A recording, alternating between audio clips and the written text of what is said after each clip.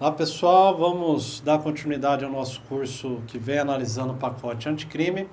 Agora vamos falar de outra legislação extravagante penal, que é a Lei 13.608 de 2018. Essa lei ela regulamenta a questão do recebimento de denúncias por parte de investigações policiais, através de procedimentos telefônicos, aquelas famosas denúncias anônimas. Vamos ver aqui então como que o pacote anticrime tratou desse tema. Então eu convido a vocês a me acompanhar pela tela aí, o artigo 4º dessa lei. Esse artigo 4º, ele foi introduzido pelo pacote anticrime. Então vamos lá, diz o seguinte a redação. A União, os Estados, o Distrito Federal e os municípios e suas autarquias e fundações, empresas públicas e sociedade de economia mista manterão unidade de ouvidoria ou correição para assegurar a qualquer pessoa o direito de relatar informações sobre crimes contra a administração pública, ilícitos administrativos ou quaisquer ações ou omissões lesivas ao interesse público. Parágrafo único. Considerado razoável o relato pela unidade de ouvidoria ou correição e procedido ao encaminhamento para apuração, ao informante serão asseguradas proteção integral contra retaliações e isenção de responsabilidade civil ou penal em relação ao relato, exceto se o informante tiver apresentado de modo consciente informações ou provas falsas. Então, voltem aqui comigo. O artigo 4º, ele está dizendo basicamente que os entes os três entes da federação, então, União, Estados e Distrito Federal e municípios, portanto, os entes da administração direta, bem como os entes da administração indireta desses três entes da federação, autarquias, fundações, sociedade de economia mista e empresas públicas, sabendo que autarquias e fundações, evidentemente que as públicas, né? Então, esses entes da administração direta e indireta, eles serão obrigados a criar um serviço de ouvidoria ou mesmo de correição para receber informações de pessoas que, por algum motivo, tomem consciência ali que esteja sendo praticado um crime contra um desses respectivos entes.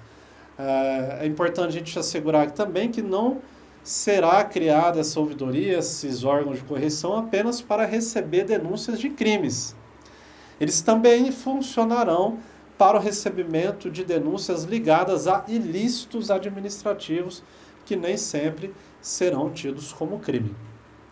Continuemos aí, o artigo 4º vai dizer: o informante terá direito à preservação de sua identidade, a qual apenas será revelada em caso de relevante interesse público ou interesse concreto para a apuração dos fatos.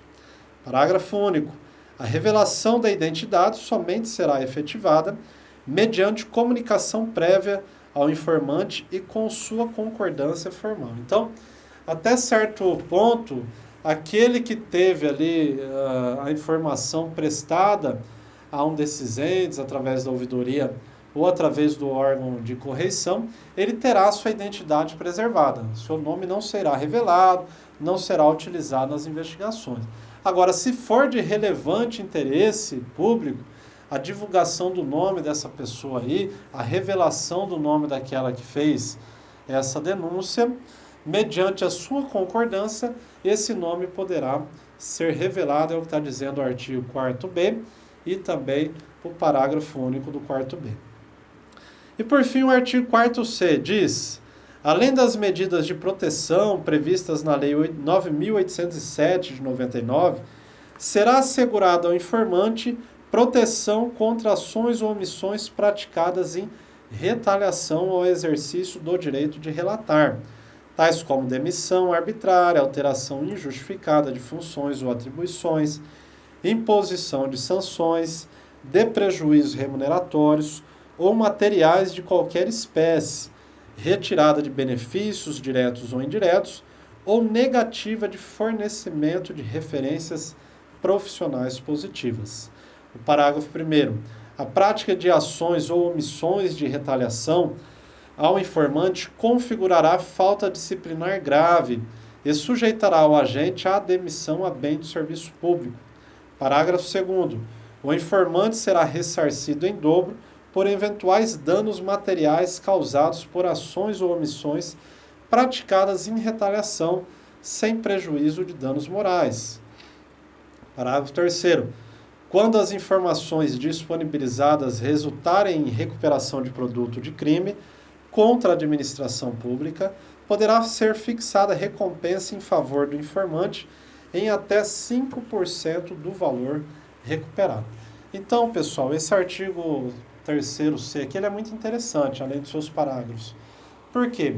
E aqui ele foca especificamente naquele que trabalha no serviço público ali, sobretudo em relação ao CAPT e também no parágrafo 1º e no parágrafo 2º, aqui endereçado mais ao funcionário público. Ou seja, se ele fizer a denúncia ali de um ilícito administrativo ou mesmo de um crime, ele não poderá, em hipótese alguma, sofrer alguma medida que venha a resvalar nos seus direitos. Então, não pode ser prejudicado no seu serviço em relação à transferência dele para um outro setor que ele não queira, ou diminuição do salário, enfim, qualquer prejuízo em relação ao seu serviço público. O parágrafo 1º ainda vai dizer, que aquele funcionário que praticar algum ato de retaliação contra esse que denunciou, ele pode até ser demitido a bem do serviço público. Mas, na minha opinião, aqui a grande inovação desse dispositivo é o parágrafo 3º, que traz aí uma questão meritocrática para aquele que denunciar, em que ele poderá ter uma recompensa no valor de até 5%, utilizando como parâmetro o valor que foi recuperado aí em relação ao prejuízo que havia sido dado para a administração pública. Então, ele vai dizer ainda no parágrafo 2º que esse agente poderia sofrer a recompensa por danos materiais e até danos morais que eventualmente ele teve. E para deixar bem claro aqui, quem arcará com esses custos é, evidentemente, o ente da administração direta ou indireta a qual ali ele esteja vinculado e referente ao qual ele fez a denúncia.